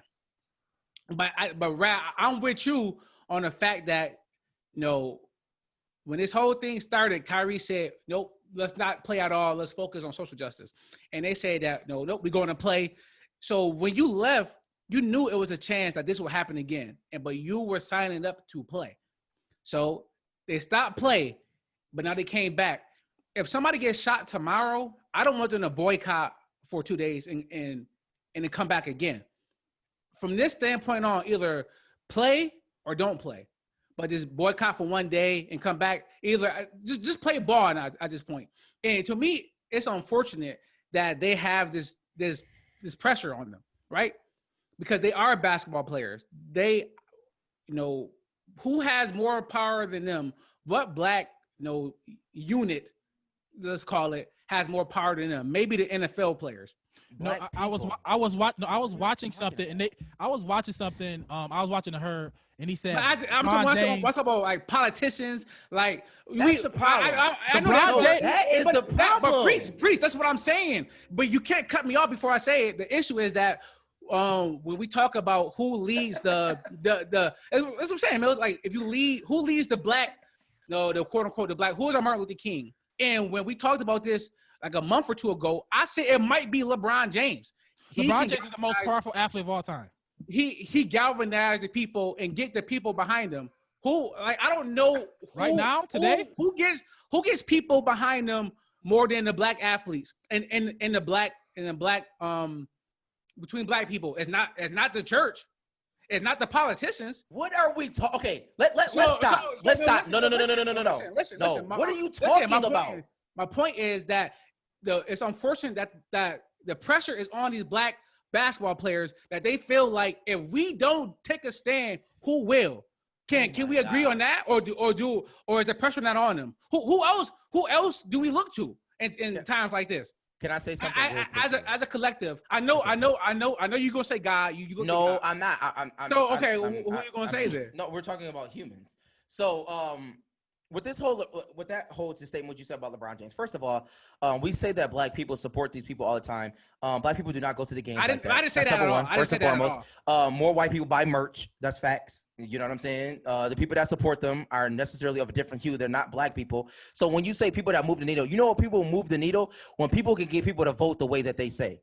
Right, that's moving the needle to me. When people can LeBron have has a whole campaign more than vote. No, I'm saying vote the way that they are voting. It's two different things. And you know who people. What do you think LeBron trying to get you to vote for, bro? Come on. I don't know. Who is LeBron trying to get me to vote for? I'm not even paying attention to LeBron because he's not he's a mere bag of shells. You're right. Like he's a great basketball player, You're but so got it, what? bro. But that's, Like, that's we can move on. We can move on. we can move on. But my thing is Y'all that about to get me upset. when we talk about who has the power, It's definitely not LeBron James. so who is it then? He has influence. He doesn't have some names. power. Say a LeBron James name. is the He most has powerful influence. of all time. He Say a does name. not have Say a power. name. Say He a has name. influence. Say a name. Do you Say a know who name. had? You know Say who a has name. power? Say You know a who has name. power? Yes, say a name. I'm talking power. Say a name. Like yes, say a name. Farrakhan has Stop power. him and Han. And Farrakhan say a has name. power. He can get 1 million black people to shoot everybody. That is power. It's not LeBron James in a basketball game, Mike. Yo, oh my Talk about God. power. Let's move. We gotta move on now. We got to. What are you talking about? We gotta go. Yo, oh my God, yo, preach, oh my Never, God, never thought Preach would bring up Farrakhan. To tell you that, but He has and power. he talk about even shooting people. What I'm saying is, we get it, we get it, Oh, we man. get it, bro. Yeah, no, I you get understand it, what Preach. you're saying. Oh. Yeah, I don't know what Preach was talking about that whole segment, but it's crazy because I heard him at the draft. I'm like, yo, Preach saying some stuff that I agree with. He's come on here and say this. But all right, so I extrapolated it, Mike. That's all. all right, so we talked, but they are back, and the first round normally it would have been over by now, but since we had the 2-3 day delay, we still got 2 series that's going on. But so in that case, we can include those games, and if you want to pick somebody from that series, pick from somebody from that series. But I want to talk about the first round. Exciting first round, some crazy games, some sweeps. But I want to talk about who had the best first round, who had the worst first round. So Millie, so it could be a coach, it could be a player, it could be a team, it could be whatever entity you want it to be. Let me know who had the best first round in the playoffs, and only the teams that won. And so like Dallas, Luka is gone, so we're not including him. I'm gonna go with the Miami Heat, man. They swept the Indian Pacers, as you guys know. I honestly didn't think. I said that. Okay. I didn't think it was gonna be a sweep personally, but I think they played some great basketball. And to highlight the team, it wasn't like a 1-man show, a 2-man show. They played together. If you look at the stats, you had Jimmy give you 20, maybe Dragic give you 20. Hero giving you 20 once in a row. I mean, they were just playing together. You know what I'm saying? And you didn't know who was going to give you that bucket. You say if any given Sunday, they was just gelling all the way around. Defensively, they played a good defensive game. I think they held the Pacers to average of 105 points a game, something like that. It wasn't nothing too crazy. And I think they just played the best basketball of the first round, all the way around. As a team, a unit. Let me go because I agree with Mills because I expected the Nets to get swept. I expected Philly to get swept once Ben Simmons lost or got hurt, but I didn't expect the Pacers to get swept. And for Miami to go out there and and sweep them like that, I didn't expect that. So that's why I said that I gave them the best first round. How about you? Preach? Does it have to be a team? No. It could be a player. Well, we don't know. I know we're doing the teams that won and moving on. We don't know because it's happening right now as we're recording. But I think personally for me, Jamal Murray, I didn't see it. I knew he was good, but Jamal Murray is he's a top 5 point guard. Like, you know what I mean? Or at least that's the way he's playing. And what he's doing is nothing short of amazing. And so for me, that's impressive. Like, you know what I'm saying? Like the Miami thing, I knew Miami was a good team. Boston, I knew they were a good team. And people that won, I wasn't, it's cool. But Jamal Murray actually surprised me. So yeah. How much of it do you think is that he's playing in the bubble? I think for me personally, like the regular season, like, that brings its own things, and I think the bubble brings its own things, right? So I mean, like, you're secluded, you're away. Some people claim that they're depressed, you know what I mean, or what have you. And so I don't know the situation in the bubble, but I'm sure it has its ups and downs, just like everything. Like, you got to think Jamal Murray, even him going back to Kentucky, like, he's actually used to playing in front of people, a lot of people, his entire life, I'm sure, because he's probably been a great player. This is probably more strange, even though you can play basketball with nobody there. I'm just saying him playing in this type of setting, like, I'm sure it's crazy. It's weird. I would have probably a little bit of issue with it. I mean, it's just hooping, but at the same time, it's nobody there. So I think he's just doing what he's doing, personally. Preach. I seen you drop like 30 in a scrimmage, and a ref asks you what D1 school you're going to. Right about it. That's how much you went in during a scrimmage with nobody Right there. about it. So I don't think you would have had an issue. Well, with I also that. had But 34 in a regular game. You did. Shout me right, out. Right after I had 25, you came through and broke my record. Well, the record for that year. But it's more than just playing in the bubble, right? With no fans. They aren't traveling. So you got to factor that into it too, right? I mean, you don't like, got to catch the plane and blah, blah, blah. Yes, but like, they've been traveling all their lives. I don't like. I mean, I don't think that's. I hear what you're saying. I'm not saying the bubble can create a context of some crazy things, but for me, it's just Jamal Murray. So I got you. How about you, Rat? Yeah, I'm gonna agree with y'all. It's the Heat. I had the Heat winning, but I had them winning in 7. You know, I thought the Indiana. I thought Nate McMillan, who got fired, I don't think he deserved to be fired, but to each his own. I thought Nate McMillan gonna have them guys ready to play. But you know, Miami was the better team. So Miami, Duncan Robinson, like I said, Tyler Herro, and Bam and Jimmy and them boys, they got a great squad over there. So yeah, they haven't. I mean, based on right now, they haven't lost a game in the bubble. They're 5-0 in the bubble. So yeah, they definitely had the best first round. I love it. All right. So who had the worst first round? Coming right back to you, Rat. The series is not over yet. But it's Russell Westbrook. I'm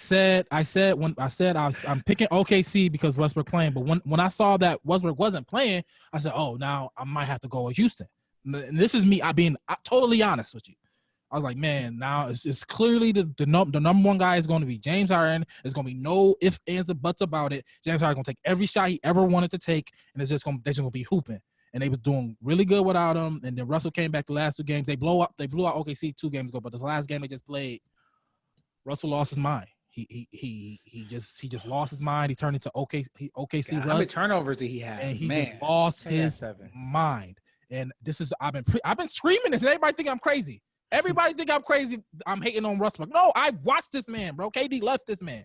Like we seen him in OKC never haven't been out the first round since KD left. We seen what he did last year against Dame and them, like bugging out. Like, I know who this man is, and is he gonna change? I don't think so. I think it's even more personal because it's OKC, his former team, against Chris Paul, the guy everybody got traded for. He gonna try to go out there and do more than he need to do when you got one of the best players in the league next to him, like he did in OKC with KD, and he gonna try to do more than he can handle. So when he came, I know he only played 2 games, but that last game is enough for me to say that he had the worst first round. You say Chris Paul has already taken OKC further in the playoffs than Westbrook has once KD left. I think like OKC lost in 5 like every single time in the first round, but Chris Paul got him at 7 already. Preach, don't worry, eyes at me. I didn't make up that. This is just Russell Westbrook. I would love maybe potentially to love him on your team, but like when he in the top 2, it's not working. He the top 2. If he 1A, 1B, or whatever, he might need to be 3, or he might need to come off the bench. That's all I'm saying. Yo, I'm gonna go to Mills because I know Preach. No, I'm gonna go to Preach because I know Preach probably mad about that. But go ahead, Preach. Who had the worst?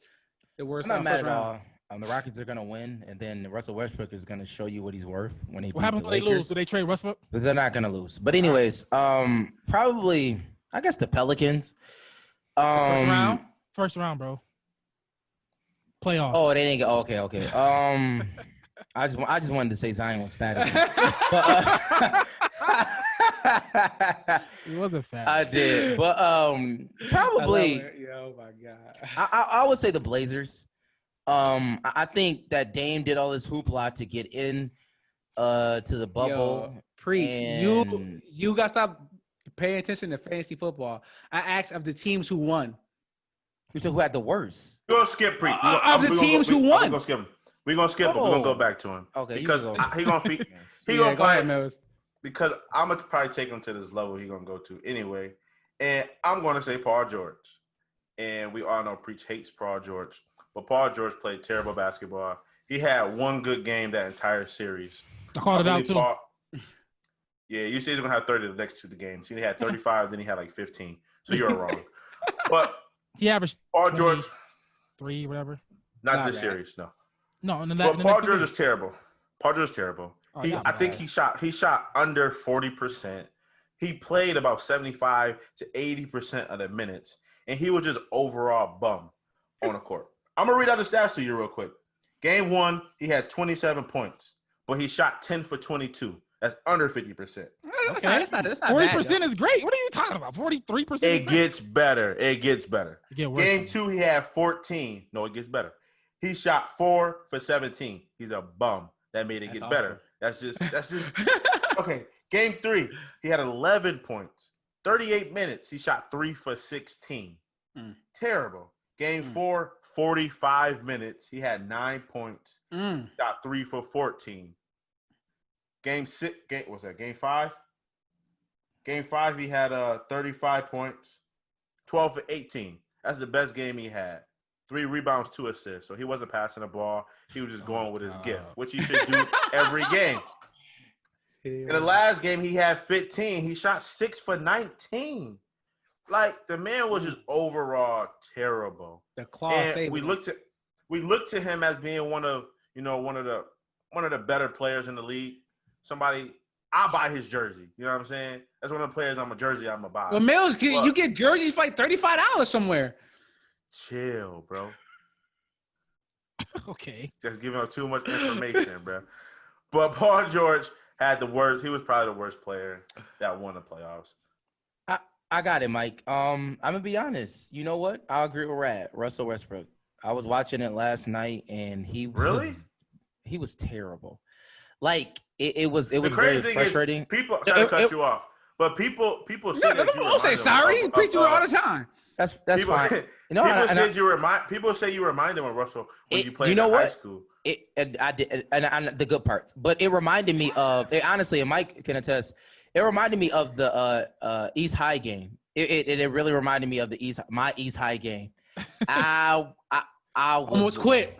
Wow. Almost quit. Like, I almost quit. That Russell game was what I did. Like, it was bad. Like, it was a bad. And the reason why I like Russell Westbrook is I understand the psyche, right? You know what I'm saying? I know that I'm better than you, but sometimes that can get in your mind and your head. But, you know, that's neither here nor there. Rap, my blood is boiling.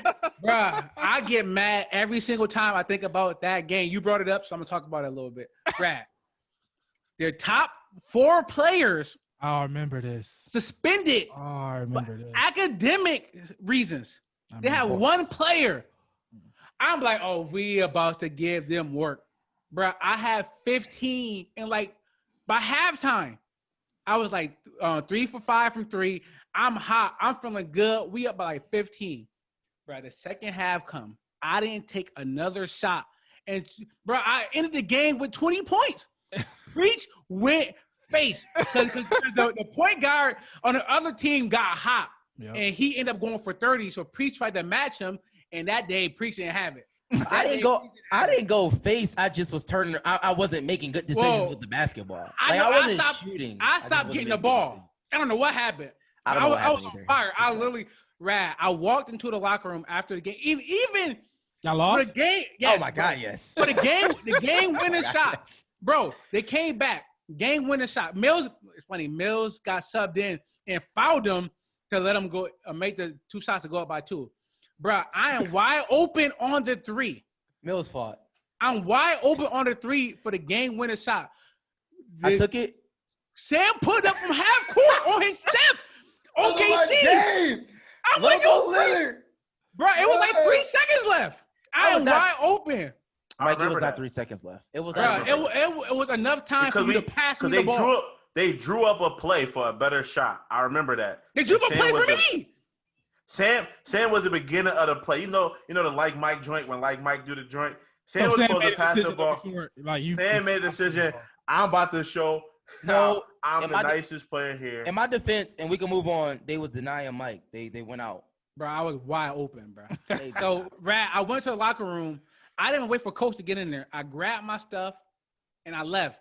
Everybody told me, yo, you good? I was like, nah, I'm done with y'all boys. I'm done after that game. Yo, the whole next day, like, yo, Mike quit. They said, Mike quit the team. Everybody like, who quit? I'm like, man, I'm thinking about it, but my dad wouldn't let me. That's how mad I was. If Priest would have said anything to me on my way out that locker room, I was swinging. I already had up and made up in my mind. Like, Priest about to fight in this locker room, bro. He pissed me off. Yo, Rad, last thing we can move on. It was a fast break. A 4-on-1. 4 East defenders, 1 Sam. I am behind Sam trailing. I said, yo, Preach, slow up. You know what he told me? I can't say the word, but he was like, Preach said, no, F that. And he went to the basket, bro, 1-on-4. I was wilding. Coach subbed me out, because if I got to play with him one more minute, bro. I was wilding. He was wilding, all right. I was Russell Westbrook that game. He was wilding. So I'm glad you mentioned that. I would say this. You're not going to like my answer, but I'm going to say it quickly. We can move on. The refs. Yeah. Yes, of course it was the refs, bro. All right. Did you not see totally off game 1 of that Dallas and Clippers game, bro? That was some of the worst officiating I've ever seen. And the fact that they threw Porzingis out, like, yes, he may have escalated the situation, but nothing happened. Bro, like, that happens with my 4th graders all the time. I get in there, hey, get over there. And you just break it up. You don't throw somebody out. So for me, and that could have changed the whole series because Dallas won the next game. So if Dallas was up 2-0 versus it being 1-1, to me, that changes everything. I mean, Paul George is getting scared because he know what happened the last 2 years. I think he even played worse. But since that didn't happen, 4-2, Clippers won. I picked the Clippers, so I'm happy. But I think that series could have been different if the refs would have caught the game a little differently. But that's just me. So, but I'm glad you guys did talk about Paul George. We could just say this quickly and move on because I want to get to our last segment. But I want to know, like, is you guys getting cold feet? Because, Rad, you did pick the Clippers to win the championship. I picked the Lakers. Oh, you picked the Lakers? Man, you changed so much. I don't know who you picked. No, I don't. He definitely picked the Clippers. You're right, man. Initially, then you asked us to make a stand on who you picked. I said, all right, let's go Lakers. Okay. Before the bubble started. Right. And Mills, who's go to the tape. Mills, who'd you pick? California, and then I picked the Lakers. All right. So Preach, and then I think you picked the Clippers, but then you had Houston and Boston too. So who did you pick? I had Houston and Boston, and I don't have cold feet. Houston's gonna win tomorrow or today. Okay. And then Boston just won. You know what I'm saying? So when Boston won game 2? Yes, Boston won. Jason Tatum had 34, and so that pick of him being better than Giannis, that's going through. So I mean, everything that I said is right, Mike. You know what I'm saying? Donovan Mitchell, you say Donovan everything. Mitchell, 50. You said everything. You know what I'm saying? Everything that I've said at the onset is coming true. It's coming to fruition. What about Kyle Lowry? How's that working out for you? Kyle Lowry, he's been having good games. The best workhorse in NBA. Absolutely. I know. I didn't say that. Remember, I had Houston, right? Remember? Yeah. So I did not say that. So that's not true. Okay. But I did have Kyle Lowry as the best point guard, and that's still holding up, in my opinion. I don't know why you saying it's not. How about you, Brad? You said that, Jamal Murray was. No, I said top 5. Oh, okay. How about you, Rad? Am I getting cold feet? You worried about the Lakers? I went out when I made the pick. It was like, whatever. I just made it. But I mean, I'm gonna stick with it. I'm not gonna change it. And I honestly don't even want him to win. But I'm not a Lakers fan no more. And but it is what it is. I think because Bron there. Yeah, and I like a homer. I like a homer on my team. I like the homegrown talent. Like if Lonzo or BI was there. I know Kuzma there, but I wasn't a fan of him. I was a fan of Lonzo and BI and those boys. If one of them was there, I probably maybe half foot in. But I don't like the, there's nobody there I'm rooting for that was there from the whole start of their career type of thing. That's what I like in my type of teams. So yeah, I'm just gonna go with the Lakers. I'm not super confident in it because AD is up and down. LeBron, I don't know if he got it all in him left to just take over a whole series of a superior team like a Clippers, but we'll see. But yeah, I'm gonna stay down with the Lakers. I'm about to say it was after game 1, people was talking about Lakers gonna get swept. Nah, I knew it was over 5. I had Lakers at 5, bro. I knew Blazers was gonna win game 1, but ultimately, come on, bro. It's the better team is gonna win, and it's basketball. Yeah. How about your Mills? So you picked California, but you did pick the Lakers. Are you worried at all? No, I'm not worried. I mean, we have two top superstars that are playing great basketball. You got AD. He averaging about 35 a game right now. LeBron's averaging about 25.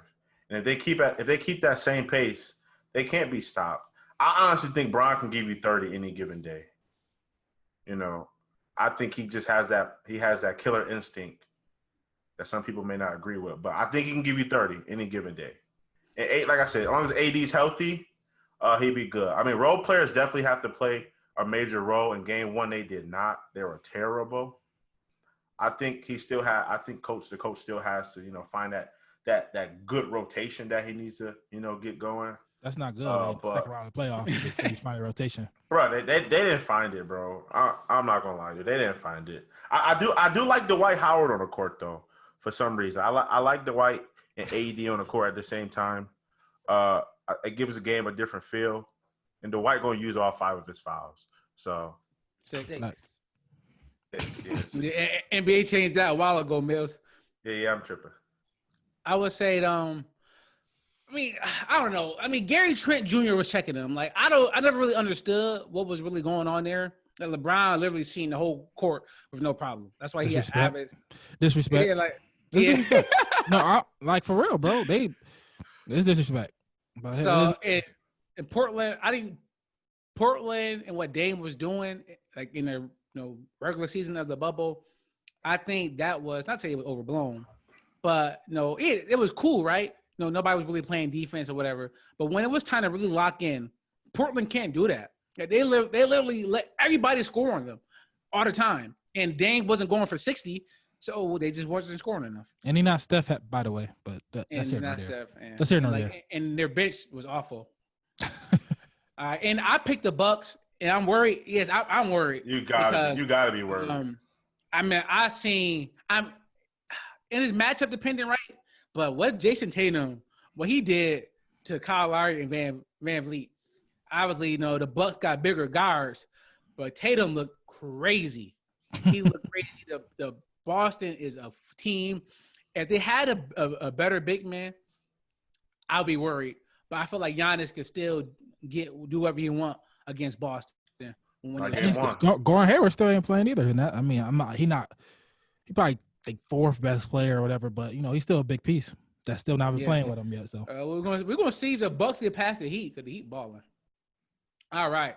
So lastly, so this is something that we started last versus after the Ross and Chains. I just come up with different verses and you guys pick. And once again, everybody has their own. Step on anybody's toes. And at the very end, I have one that we all can discuss for a little bit, because we are a little short on time. You heard that? Preach. Yeah, I'm good. Preach. He picking his kicker right now. So my team is fire. But we're gonna talk about that soon too. So I'm curious to see how fire this team is. It's probably the worst team. All right. So, but in honor of the dynamic women, I went with an all women versus. Okay. So I'm ready. So Preach, you can make it up. You can make it up right here. It's like Wonder Woman versus Superwoman or something. Is it a Superwoman? My mom, maybe. All right. Come on. Shout out to Mom Dukes. All right. So Rad. So my first category is sports. Women in sports. So you watch ESPN a lot, so I felt this would be a great question for you. So when it comes to like a sports analyst, who you got? You got Jamel Hill or Jackie Mack? Jackie McMullen. Ooh. I like Jackie Mack a lot. But I lean towards Jamel Hill. I like Jackie Mack a lot, but I give it to Mel. I think the only what separates them from me is that Jamel, she's from the culture. It's not just the guy she's black. It's that the way she talk, her jokes that she make, they resonate more with me. But when it comes to like just sports, Jackie Mack, she know her stuff. So No, Jackie Mack Mack preach. is really good. No, Jackie Mack is really good. So preach. Yeah. I'm to you now. So when it comes to sideline reporting, who you got? You got Pam Oliver or Lisa Salters? Lisa Salters. No love for they be dogging Pam. They fired Pam. They fired Pam? Yeah. I didn't even know that. Why? I don't know. Oh, that's crazy. I think they fired Pam. Is that the right? Hold on, I'm not talking about the right one. No, I'm sorry. They fired. I'm totally wrong here. They did not fire Pam. It was Josina. I think. I think they let Josina Anderson go. I'm tripping. Okay. They did not fire Pam Oliver. They be dogging Pam and her weaves. they be doing Pam wrong. All right, Millie, I don't know how much you know about women basketball, bro, but we're gonna find out. So on the court, who you got? Tyler. No, I didn't put Skylar Diggins. That's probably the only person you know. But I did Maya Moore versus Candace Parker. I'm going Candace. It's the wrong answer. It's Maya Moore. No, Candace at Tennessee was dope. But I mean Maya, they said Maya could play in the league. Maya UConn? They said Maya could play in the league. She came in, I think, maybe not her first year. I think she won an MVP her first year in the league. Like she came in MVP, rookie year, championship. Yeah. She went everywhere. Yeah. Candace is nice too. I love Candace. Yeah. I mean, I can't see Mary and Sheldon Williams. We're not gonna go there. And she paid him. The one fine girl go with Dwight Howard. Oh, from Sparks? Yeah. Woo. Well, with the rookie that I keep seeing?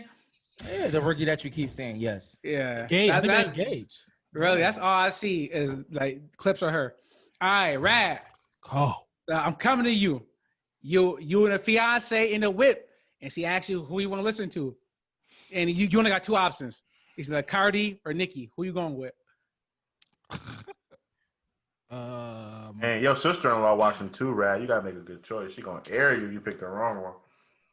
Cardi first album was like good. I'm not even gonna hold you. Like it was a good first album, rap album of the year. So, but Nicki, it's Nicki. She got more. She got more songs than people I like. She got more songs with Drake and Kanye and Wayne. My top three. What happens to be my top three? So look at that. All right, he said, I preach. So I'm coming to you. So who is the better group? Not including individual accolades. Just who is the better group? Who you like, Destiny's Child or versus TLC? Destiny's Child. Really, Rad, you lean back. I thought he's gonna totally discredit one of them or like one of his terrible. Nah, he know better. All right, Mills, you say you Mr. R&B, right? You say you Mr. R&B. All right, so who you got? The better R&B artist? You going with Auntie Mary J. Blige, or you going with Mariah Carey? I'm going Mary all day, buddy. You going Mary? See, I agree. That's a good versus. I don't think Mariah would do it because she's bigger than life, but that's a good versus. Is that similar? Entertaining wise, Mary is definitely the better entertainer. If we're looking at it from entertain, she can't Mary sing. Dance. Mary can't sing. Entertaining is a whole package. Mary can't sing, really? No, it's like hall calling. Oh my God, this man is. I don't know what that. Y'all know what that means? It's a reference off a movie. If you don't know the movie, you wouldn't know. What did I say? Well, I was curious because when I thought who it was, I think it was Rad. You talked about one was the R&B and one was the quote unquote pop stop. Yeah. Is that similar? Would that be a similar? Very much. I don't. Mariah would not do it. You need to bring out Beyonce. You need to bring out the best person you can bring out. Mariah, I don't think Mariah would think Mary's in her class, even though I think song for song she is there. Mary got joints. Yeah. Mariah got joints. But I'm talking about like they've been in the game, like they got hits. Both of them.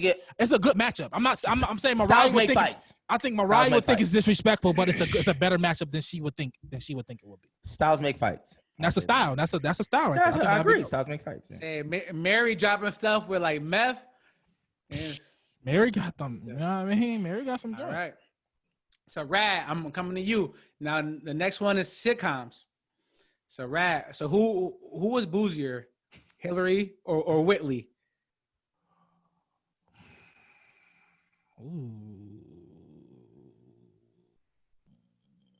this is a good one. Yo, I like. Nothing. Priest can solve hunger right now. Like a priest can literally solve hunger right now if he wanted to. If he looked up from his phone, he can solve hunger right now. I made a bag of shells. We gotta grow food. I like Whitley better. I like her. Like I like her. If that makes sense. I'm gonna leave it there. I like Whitley better. It's Hillary. So Preach. So I'm coming to you. You know, we got an unreleased episode where we played for Juneteenth. We did Black Card Revolt, and we talked about GTD. So I know you watched Martin. Oh. Who you going with, Gina or Pam? And we not talking about looks here. We're not talking about looks. We're talking about who is better on the show. I'm talking about looks, Pam. On the show, not today. On the show. Yeah, upon further review, Pam. As you get older, you see that Pam she just looks better. But who was better on the show? What character? Pam. Pam. Right. She was a better actor. She looked better. She was funnier. Yeah. I think if I'm not saying Gina wasn't great, she was, but if you can't really picture it without Pam. If Gina, Pam and Martin going back and forth. Gina switched to Lisa Ray, you'd be fine with it. You know what I mean? I'm not no disrespect, but you can't just take Pam out there. You know what I mean? So I guess I like that too. All right. So Mills, you know, we always hear about the light skin Aunt Viv versus the dark skin Aunt Viv, and to me that's super easy. That's super easy.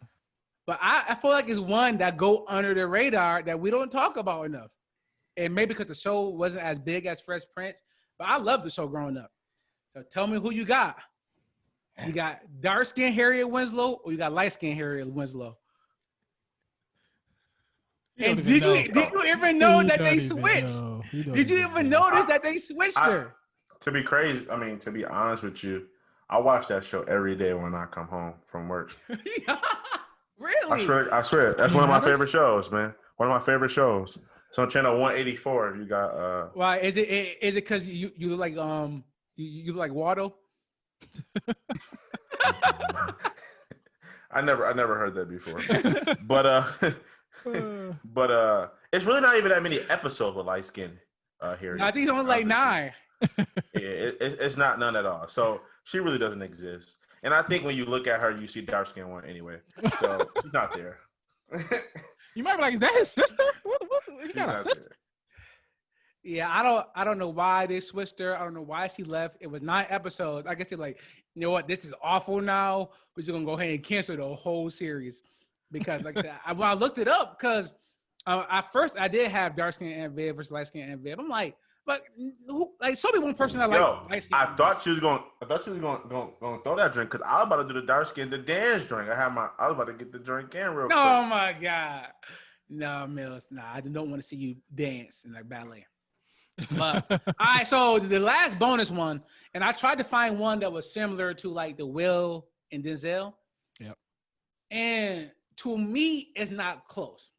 But when I was looking online, this was like the 1 and 2 that I could find.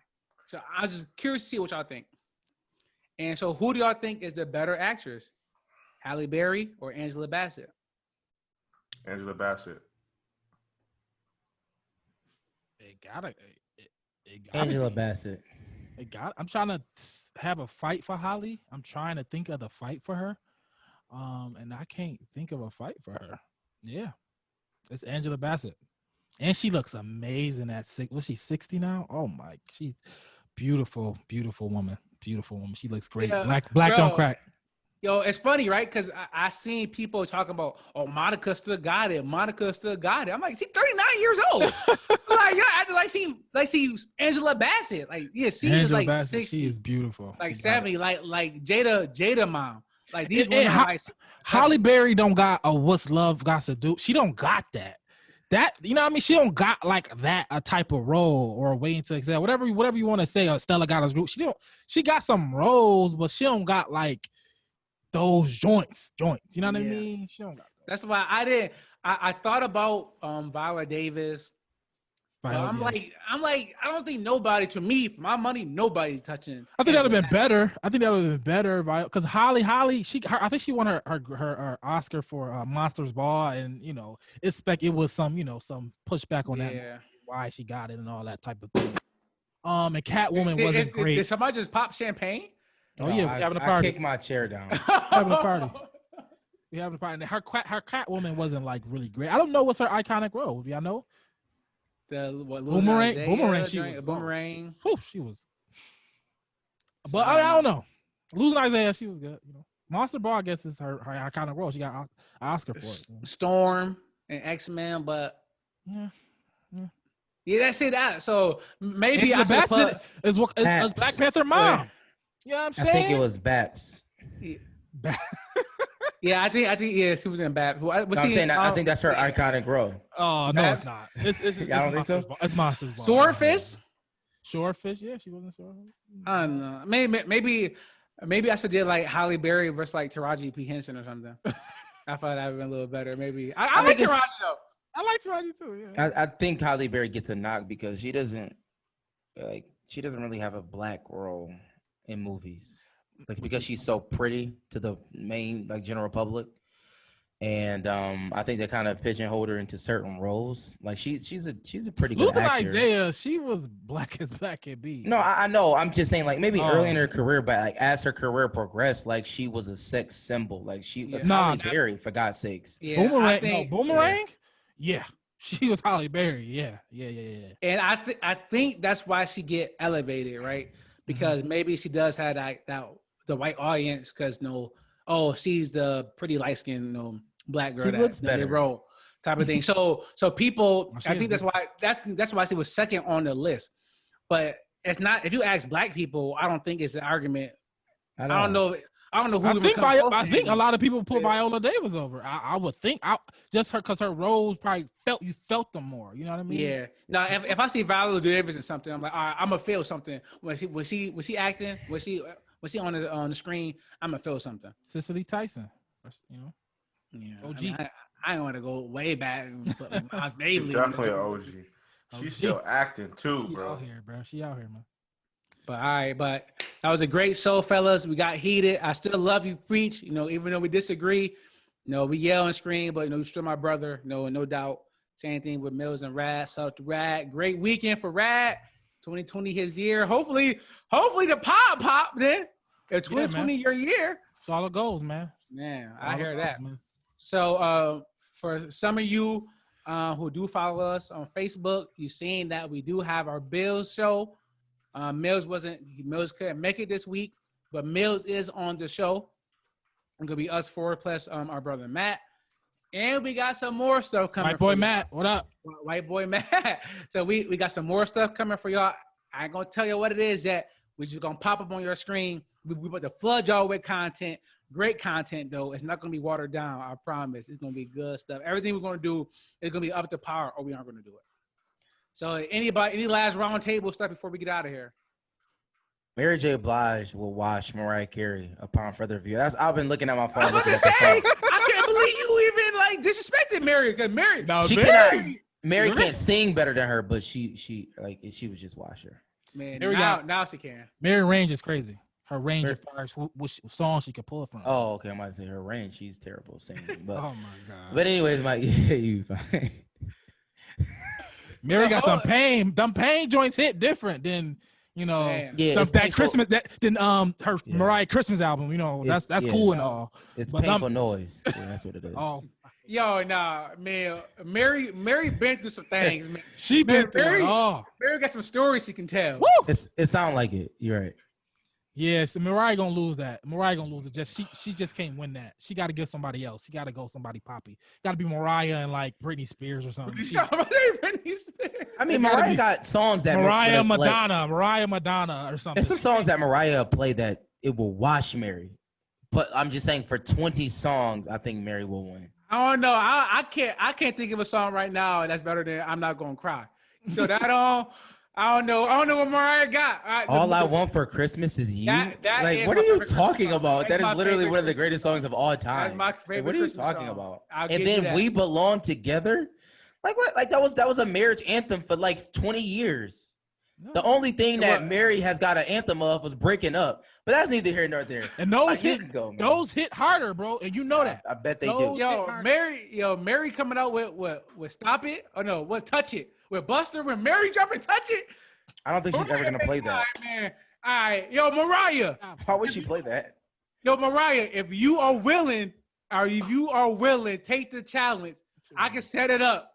Right. Mariah, Mary, make it happen. Mariah worth too much money to do something. She just. I know. I think somebody- her legs. She got an insurance claim out on her legs for like $1 billion if anything ever Yeah, happened. she to her. worth too much money. She just Her would feel. legs. She would Her feel. legs, disrespect- bruh. Even though Mary deserves to be there, Mariah, you just know she's just a stuck up. She just wouldn't do it. I don't see it. Let that beat drop and Auntie Mary did. kick that leg up. Killing It's her. over. I did see something about Fantasia and Jennifer Hudson though. All right, Flowing Mike, out you there. ready? Oh yeah, Mike, it was a picture of them two, and somebody was like, "Man, this is sound loud." I started crying like, No, they gonna sing. They gonna turn it out to church though. Fantasia gonna change it to church. So Yeah, they'll be crying. it's gonna be church. Off. It's gonna be church. They Man. carry Fantasia off, but yeah, nah. But like I said, great show. I love talking to your boys, and man, I think that's it. If nobody else got anything else, we could go ahead and close it out. All right, I'll holler at y'all later. Remember them regular days when there wasn't no more watches for me. Now the money keep calling for me. I'm feeling like everyone plotting on me. Gotta pray for my people to block where they stay. And I know they all counting on me. To go, we going straight to the top. You can't never look down on the streets. Remember them regular days when there wasn't no more watches for me. Now the money keep calling for me. I'm feeling like